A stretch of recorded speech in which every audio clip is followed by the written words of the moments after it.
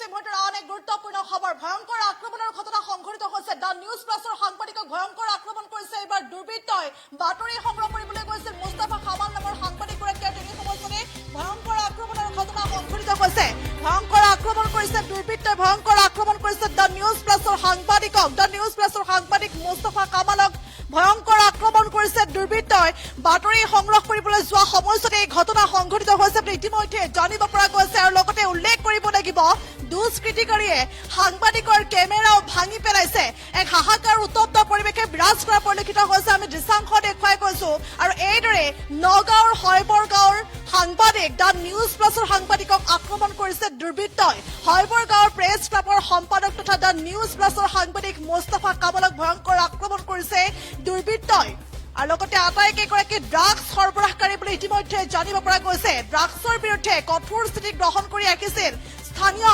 Haibargaon press ক্লাবে আৰু তেনে সময়তে এই স্থানত গৈ উপস্থিত হৈছিল দ্য নিউজ প্লাছৰ সাংবাদিক মুস্তাফা কামাল সেই স্থানত গৈ উপস্থিত হৈছিল কিন্তু সেই স্থানত গৈ উপস্থিত হোৱাৰ পাছতে পৰিস্থিতি উত্তপ্ত হৈ পৰা পৰিলক্ষিত হৈছে দুষ্কৃতিকাৰীয়ে সাংবাদিকৰ কেমেৰা পৰ্যন্ত ভাগি পেলাইছে পৰিস্থিতি উত্তপ্ত হৈ পৰা পৰিলক্ষিত হৈছে আমি দৃশ্যাংশ দেখুৱাই কৈছো সমান্তৰালকৈ সোমবাৰে সন্ধিয়া এদৰে দেখিবলৈ পোৱা গৈছে সোমবাৰে আচলতে সন্ধিয়া শিলঙনিত থকা ৰিহাব চেণ্টাৰত স্থানীয় ৰাইজ আৰু ৰিহাব চেণ্টাৰৰ স্বত্বাধিকাৰীৰ মাজত এক হুলস্থুলীয়া পৰিৱেশৰ সৃষ্টি হৈছিল আমি দেখুৱাই গৈছো দৃশ্যাংশ কিদৰে আচলতে ৰিহাব চেণ্টাৰত স্থানীয় ৰাইজ আৰু ৰিহাব চেণ্টাৰৰ স্বত্বাধিকাৰীৰ মাজত হুলস্থুলীয়া পৰিৱেশ সৃষ্টি হৈছিল আৰু সেই স্থানত গৈ উপস্থিত হৈছিল সাংবাদিক মুস্তাফা কামাল আৰু তাৰ পাছতে পৰিস্থিতি উত্তপ্ত হৈ পৰিছে এই যি খবৰ আচলতে হুলস্থুলীয়া পৰিৱেশৰ সৃষ্টি হৈছিল উত্তপ্ত হৈ পৰিছিল পৰিস্থিতি আৰু এই খবৰ লাভ কৰাৰ পাছতে সাংবাদিক মুস্তাফা কামালে সেই স্থানত গৈ উপস্থিত হৈছিল আৰু লগতে ভিডিঅ' ফুটেজ সংগ্ৰহ কৰিছিল ভিডিঅ' আচলতে বাতৰি সংগ্ৰহ কৰিবলৈ গৈছিল আৰু তেনে সময়তে ৰাস্তাত আগ ভেটি ধৰি বিভিন্ন অকথ্য আচলতে অশ্ৰাব্য গালি গালাচেৰে আচলতে এগৰাকী সাংবাদিকক দুষ্কৃতিকাৰীয়ে আক্ৰমণ কৰা বুলি জানিব পৰা গৈছে ৫-৬ জনীয়া অসামাজিক আৰু ড্ৰাগছ সৰবৰাহকাৰী যুৱকে এইদৰে অতিপাত আচলতে মদ্যপান কৰিছিল সুৰাপান কৰিছিল আৰু তাৰ পাছতে এই ঘটনা সংঘটিত হৈছে চিঞৰ বাখৰ কৰি পৰিস্থিতি উত্তপ্ত কৰিবলৈ চেষ্টা কৰা পৰিলক্ষিত হৈছে আৰু লগতে আৰু পৰিস্থিতি যেটো অস্বাভাৱিক হৈ উঠিছিল সেই অস্বাভাৱিক হোৱাৰ বাবে তাৰ পৰা আচলতে মুস্তাফা কামাল নামৰ সেই সাংবাদিকগৰাকীয়ে যিগৰাকী সাংবাদিক নগাঁৱৰ হয়বৰগাঁও গতিকে সেই সময়ছোৱাত মুস্তাফা কামালে ওচৰৰ এঘৰত প্ৰৱেশ কৰাৰ লগে লগে উদন্ত যুৱকৰ দলটোৱে এইদৰে আক্ৰমণৰ ঘটনা সংঘটিত কৰিছে আৰু ইতিমধ্যে এই ঘটনাক কেন্দ্ৰ কৰি পৰিস্থিতি উত্তপ্ত হৈ পৰা পৰিলক্ষিত হৈছে আমি দৃশ্যাংশ দেখুৱাই গৈছো আৰু লগতে এতিয়া সকলোৱে আচলতে আৰক্ষীয়ে যাতে এই ঘটনাৰ উচিত তদন্ত কৰে আৰু লগতে সেই দুষ্কৃতিকাৰীক দৃষ্টান্তমূলক শাস্তি বিহে ইয়াকে লৈ আচলতে সকলোৱে দাবী উত্থাপন কৰা পৰিলক্ষিত হৈছে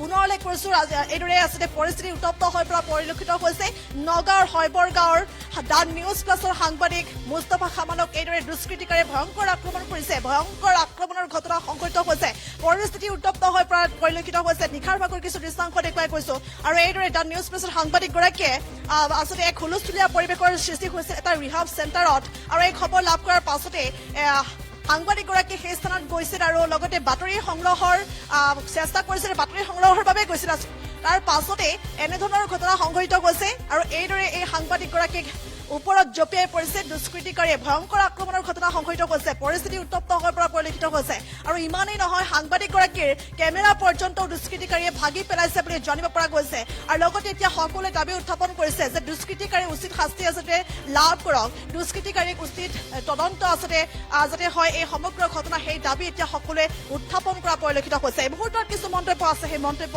আগবঢ়াইছে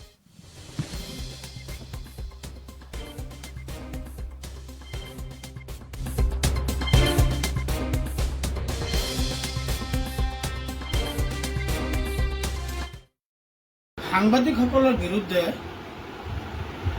অসামাজিক লোকসকল আৰু বিশেষকৈ ড্ৰাগছ পেডলাৰ যিসকল ড্ৰাগছ সৰবৰাহকাৰী বা ড্ৰাগছ খোৱা বা বিক্ৰেতা যিসকল আছে বা নিচাকুৰ আছে তেওঁলোকে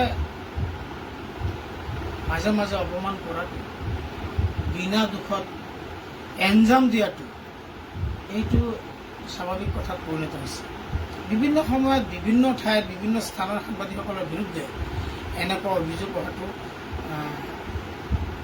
বিভিন্ন সময়ত উত্থাপিত হৈ আহিছে দেখা গৈছে আজি ঠিক তেনেকৈ মই নগৰ হাবৰগাঁও প্ৰেছ ক্লাবৰ অন্তৰ্গত DA নিউজ প্লাছ গুৱাহাটীৰ এটা চেনেলত মই হাবৰগাঁৱৰ এজন সাংবাদিক হওঁ।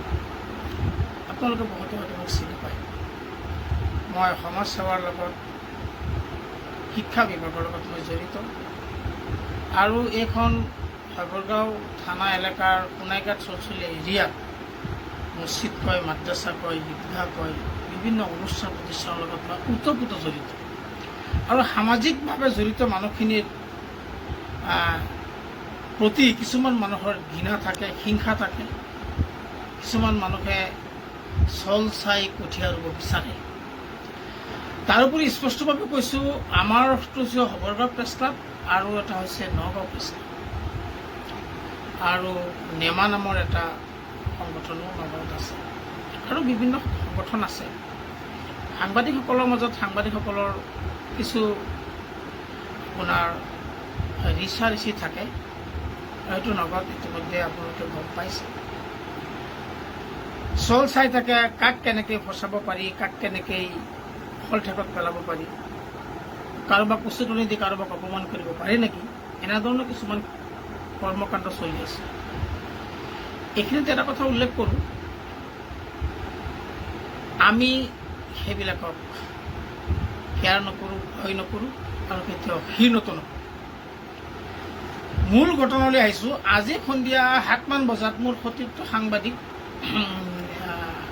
নিউজ টাইমৰ সাংবাদিক তাফাজুল হুছেইনে মোক ফোন মাৰিলে।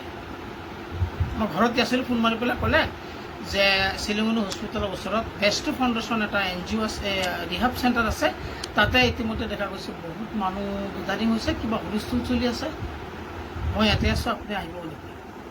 ইন দ্য মেইন টাইম মোৰ ভিডিঅ' জাৰ্ণালিষ্ট আফতাবক লগত লৈ মোৰ DA নিউজ প্লাছৰ অফিচৰ পৰা দিয়া মোৰ 3.5 লাখ টকা দামৰ দামী কেমেৰাখন লৈ পেলাই মই গ'লোঁ। মই ৰাতি যিহেতু কেমেৰা লাগিব, লাইটৰ ব্যৱস্থা যিহেতু কেমেৰাখনত আছে, লৈ গৈছোঁ। যোৱাৰ পিছত আমি কিছুমান মানুহ দেখা পালোঁ। দেখা পোৱাৰ লগে লগে মোক দেখি পেলাই বেষ্ট ফাউণ্ডেশ্যনৰ ৰিহাব চেণ্টাৰৰ ল'ৰাজনে গেটৰ লকটো খুলি দি পেলাই ক'লে ভিতৰলৈ আহক। ভিতৰলৈ গৈ মই বাৰাণ্ডাতে আছোঁ। আমি ফুটেজবিলাক লৈ আছোঁ, মানুহ গেদাৰিং কি কৈ আছে এইবিলাক চব ফুটেজবিলাক কালেকশ্যন কৰি আছোঁ। কৰি পেলাই অকণমান লেট হৈছে। ভিতৰত তেতিয়া পাব্লিকে কৈ আছে বাহিৰৰ পৰা যে ভিতৰত এজন ল'ৰা দৌৰি আহিছে আৰু এজনী ছোৱালীৰ লগত অসংযত অৱস্থাত তেওঁ কিবা কৰিছে, এনেকুৱা এটা পাব্লিক এটা কমপ্লেইন এটা হৈছে। গতিকে ল'ৰাটো ভিতৰত আছে। মই ক'লোঁ, মই যদি এটা ৱৰ্ড এটা চেণ্টেঞ্চ যদি মই মিছা কৈ থাকোঁ, মই ক'লোঁ মইতো যিহেতু ইয়াৰে মানুহ, লোকেল মানুহ, ইয়াৰ ওচৰৰে মানুহ, চবেই চিনি পায়, ময়ো চবক চিনি পাওঁ। মই ক'লোঁ ঠিক আছে, তেতিয়াহ'লে আপোনালোকৰ দুজন মানুহ আহক ভিতৰত, ময়ো লগত থাকিম, কেমেৰা থাকিব, ভিতৰত আমি তন্নতন্নকৈ তালাচী কৰিম। দুজন মানুহক আহিব দিয়া হ'ল। একদম মানে ৰিহাব চেণ্টাৰৰ সন্মুখৰ ঘৰৰ এজন মানুহ আৰু ওচৰত থকা আৰু এজন ল'ৰা আহিব দিয়া হ'ল ভিতৰত। আহিলে 4-5জন মানুহ হ'ল। তেতিয়া ক'লে আপোনালোকে নোৱাৰিব, ৰ'ব, এজন সৰু ল'ৰা আছে, সি ল'ৰাটোক চিনি পায়, তাক মাতি আনিছোঁ। তাকো মাতি আনিলে, তাকো ভিতৰত অনা হ'ল। তাৰ লগত তাৰ ল'ৰাটোক গাৰ্জেনো অনা হ'ল। ভিতৰত মই অলপ জেগা প্ৰৱেশ কৰিছোঁ, বাকীখিনি মই প্ৰৱেশ কৰা নাই। লোকেল মানুহখিনিক কৈছোঁ আপোনালোকে নিজেই গোটেই বস্তুটো চাই লওক, পোৱা যায় নেকি, পালেই কিন্তু কেমেৰা আমি মাৰিম। ভিতৰত পাই পেলাই ভিতৰত গৈ পেলাই গোটেইখিনি চালি ল'ৰাটো ভিতৰত নাই। পিছফালে যোৱা মই অৱশ্যে লক্ষ্য কৰিছোঁ, পিছফালে যাবলগীয়া নাই, কাৰণ মস্ত ৱাল মৰা আছে। তাৰপিছত in the main time police আহিলে। পুলিচ অহাৰ পিছত গেটটো খুলি দিলে। মই বাহিৰলৈ ওলাই গ'লোঁ।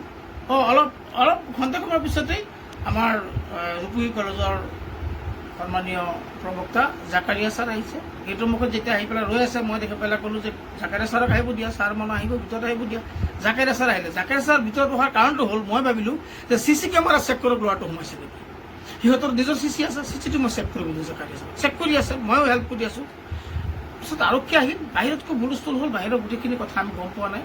হুলস্থুল হোৱাৰ পিছত মই ভিতৰত অলপ সময় লেট হৈ গ'ল। CCটো চাওঁতে আকৌ লেট হৈ গ'ল। ভিতৰত লেট হোৱাৰ কাৰণে বাহিৰৰ পৰা 2-এজন মানুহ যিসকল ড্ৰাগছত জড়িত, মদ খাই, গাঞ্জাখোৰ, অসামাজিক মানুহ 2-4টা মানুহে কেইটামান ল'ৰাক মানে পিঙাই দিলে, জোকাই দিলে, তেওঁলোকক মানে উচতনি দি দিলে যে সাংবাদিকৰ ভিতৰত ইমান দেৰি কৰিছে, সিহঁত চাগে ফিটিং হৈ গ'ল।